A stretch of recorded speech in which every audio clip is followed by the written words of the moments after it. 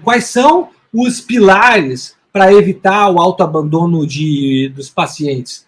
Ora, primeiro de tudo, você tem que sair da primeira consulta com uma ideia, com uma hipótese diagnóstica de quem é o paciente que está na sua frente, para saber qual estratégia terapêutica utilizar, para saber que tipo de paciente tem na sua frente, quem é o paciente que está ali, para saber se você é a pessoa mais indicada para ajudar aquele caso, para saber a técnica adequada para aquele tipo de estrutura, porque você vai ter uma ideia clara de qual é o prognóstico daquele caso, aí você não vai se frustrar inutilmente. Por exemplo, se você está atendendo um paciente regressivo e quer resultados como se você estivesse atendendo um paciente neurótico, isso não vai ser possível, você vai se frustrar.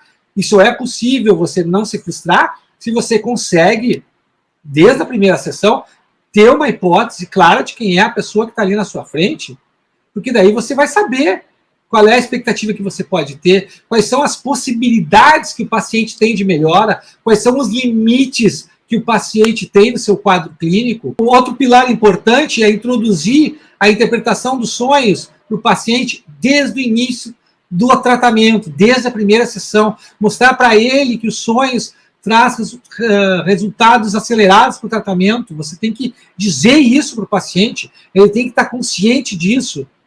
E muitas vezes, por causa disso, quando você faz isso bem feito, com consistência, com segurança, com confiança, o paciente já traz um sonho na primeira sessão. E aí você vai ter mais elementos para confirmar a sua hipótese diagnóstica. Você vai conseguir analisar melhor a qualidade da transferência que o paciente começa a estabelecer com você, para saber qual é a estrutura dele. E depois, quando o paciente começar a trazer os sonhos, você vai pegar e vai fazer com que ele seja protagonista do processo. E não é você que tem que falar do sonho quando ele fala o sonho, é o próprio paciente que tem que fazer isso.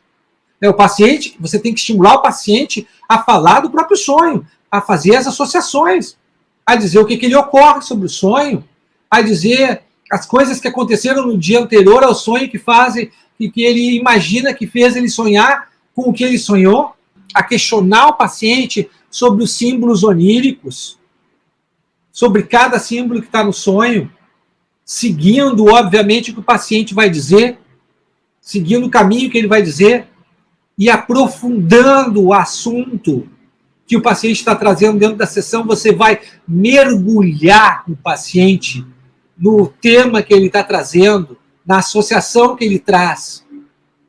Você vai entrar com tudo dentro das associações da mente do paciente, dos seus processos inconscientes. E isso só é possível se você transforma o paciente em protagonista do processo. Senão, você vai ser um adivinhador de sonhos, e não um psicanalista que interpreta os sonhos psicanaliticamente. E por fim, você vai fazer a interpretação propriamente dita. Você vai ligar os pontos, aquilo que o paciente está falando e aquilo que ele trouxe no sonho. E isso vai fazer com que o paciente fique com a boca aberta, o paciente vai ficar impressionado, o paciente vai dizer para você, nossa, é verdade, eu nunca tinha pensado sobre isso, como é que isso não me ocorreu antes? Mas era tão óbvio, está claro no sonho, por que eu não vi isso outras vezes, antes de falar com você? Ele vai começar a ver a própria resistência do inconsciente dele, porque mesmo estando óbvio, ele tem resistências. E ele vai começar a ver essas resistências através do trabalho analítico de seus sonhos. Isso vai deixar o paciente incomodado e, ao mesmo tempo, empolgado. Essa é o duplo efeito que causa dentro do paciente. Ele vai ficar incomodado e empolgado. Incomodado porque ele vai ver que ele não te conhece como ele achava que se conhecia, ele não tem domínio sobre a própria vida como ele achava, que quem domina é o inconsciente que é bastante desconhecido para ele, obscuro, misterioso, cheio de segredos, mas ele vai ficar empolgado porque agora ele sabe que ele pode melhorar, qual o caminho que ele tem que seguir para mudar a sua vida, para resolver seus problemas emocionais. Ele vai ver uma luz no fim do túnel, finalmente.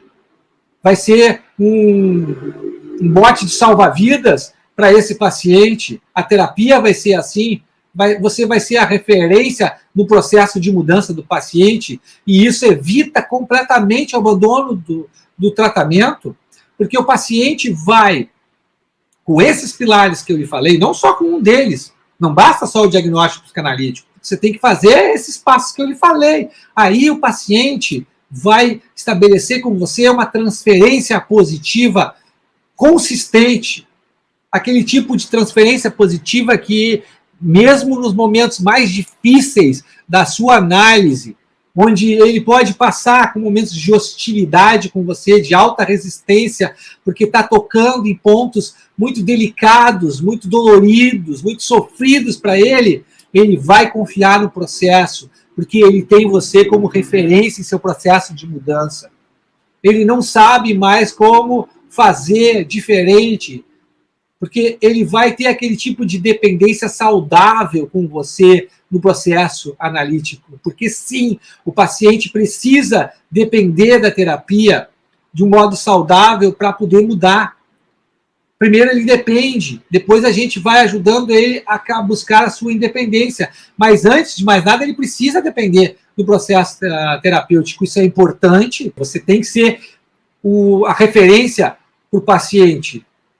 Ele tem que buscar você como ponto de apoio, aquele tipo de pessoa que ele pode falar tudo o que ele quer, tudo que ele precisa, qualquer coisa, onde ele pode mostrar o lado mais louco dele, onde ele pode mostrar o lado mais perverso, onde ele pode mostrar e exercer o seu pior lado da personalidade, a sua maldade, que você não vai ser destruído por causa disso, que é o medo que o paciente tem em relação à própria agressividade, que você vai sobreviver à agressividade do paciente, que você não vai ceder aos seus avanços, à sedução do paciente em relação a você, a seus convites e as suas tentativas de perverter o setting terapêutico, porque você é um especialista naquilo que você faz, porque você domina o processo terapêutico, porque você tem o setting e o enquadre na mão, porque você é firme quando precisa ser firme,